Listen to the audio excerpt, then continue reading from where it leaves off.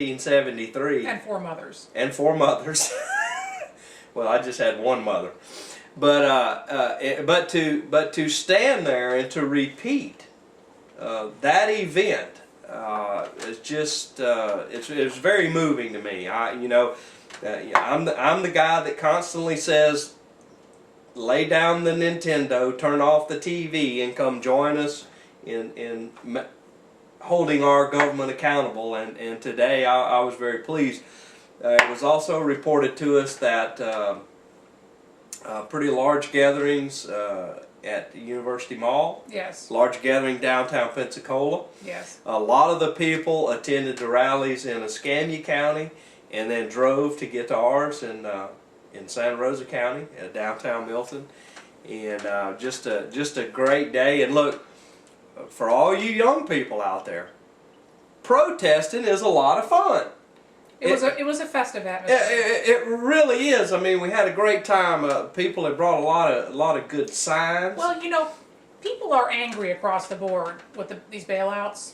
This was stressed several times in all the venues we were at. This is not a partisan thing. Absolutely. And I think this was an opportunity for people to vent about that.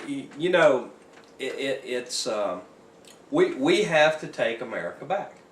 Okay, now, because of my involvement many years in politics, I kind of know the phone number to call to get my. I can get a hold of Greg Evers if I need to.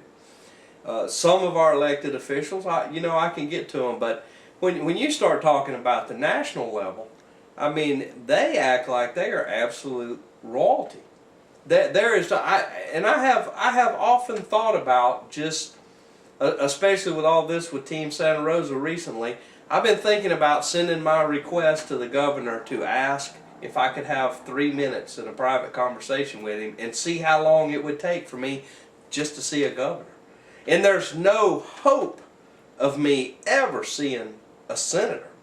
And for goodness sakes, they've built Washington now so that you can't even get to the Senate floor. I mean, you got to go through the $136 million visitor center. Yes. And several metal detectors. And several metal. Yeah. So I mean, I would never even get a chance to speak to them. And again, that's a bipartisan. I mean, that's across the board experience. You wouldn't know it from watching several of the local news stations. Well, let's take a moment and talk about that. CNN, ladies and gentlemen, if you don't know it, and potentially if you're watching this show, you may be considered a domestic terrorist by the recent definition of the Department of Homeland Security. If you believe in the Second Amendment, if you're a retired military, if you think government is spending too much, you may be a domestic terrorist that the government should watch you. Well, I'm watching CNN. Very disturbing. And they're discussing this. Yes. And they draw the conclusion that the people who are participating in the tax day tea parties, they cross the lines to Timothy McVeigh. Yes. A man who blew up a federal building. Very disturbing. Now, ladies and gentlemen, you need to pay attention while I'm telling you this. Your government, if you think government spends too much money, if you are pro-life, if you have a bumper sticker on your car that supports the Second Amendment, your government, Homeland Security, is now saying that you are potentially need to be watched. And what's interesting is there seems to be a concerted effort to sort of paint this into a corner. It's a conservative thing, and I can tell you, I don't know any liberals who approve of that bailout. Right. And some of this other stuff that's going on. Well, one on CNN we didn't see a lot of liberals in Milton, but that's because there aren't a lot of. We would have seen more if we had more. On CNN, they had a Democratic consultant, and he said that the 10 or 12 people that are going to show up to the Tea Party rallies across America are simply angry Republicans. Right. They're trying to marginalize. Right. And look, ladies and gentlemen, when we were at the Farmers Opry House, there were Democrats there. Yeah, a couple. There were liberals there. There were Republicans there. And everyone was very nice. There were across the board. What this is about, and I've said this before, and I'm going to say it again. I'm done with Democrat, Republican, and Independent. What we need in this country is 435 U.S. House of Representative members that are conservative, and we need 100 senators that are conservative, and this country will be fine.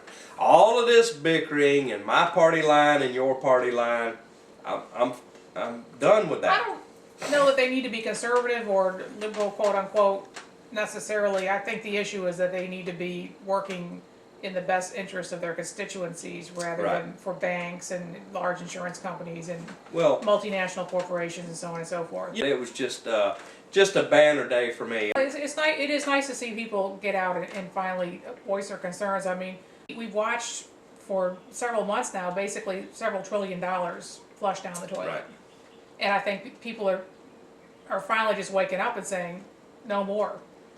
You know, I mean, He's spending a lot of money, and he's funneling money into places where we have no idea where the money's ending up. well, That's the problem. I mean, look at I don't know one person who supports those bailouts. Look Anywhere. Look just locally when we're talking about an organization of Team Santa Rosa who messes around with $600,000 or $700,000. The trouble we have finding out what they actually Right. spend it on, Right. and then turn that to million, billion, Right. trillion.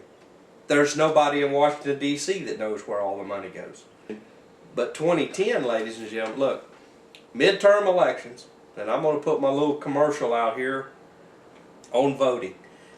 If you've never voted before, you need to get registered to vote.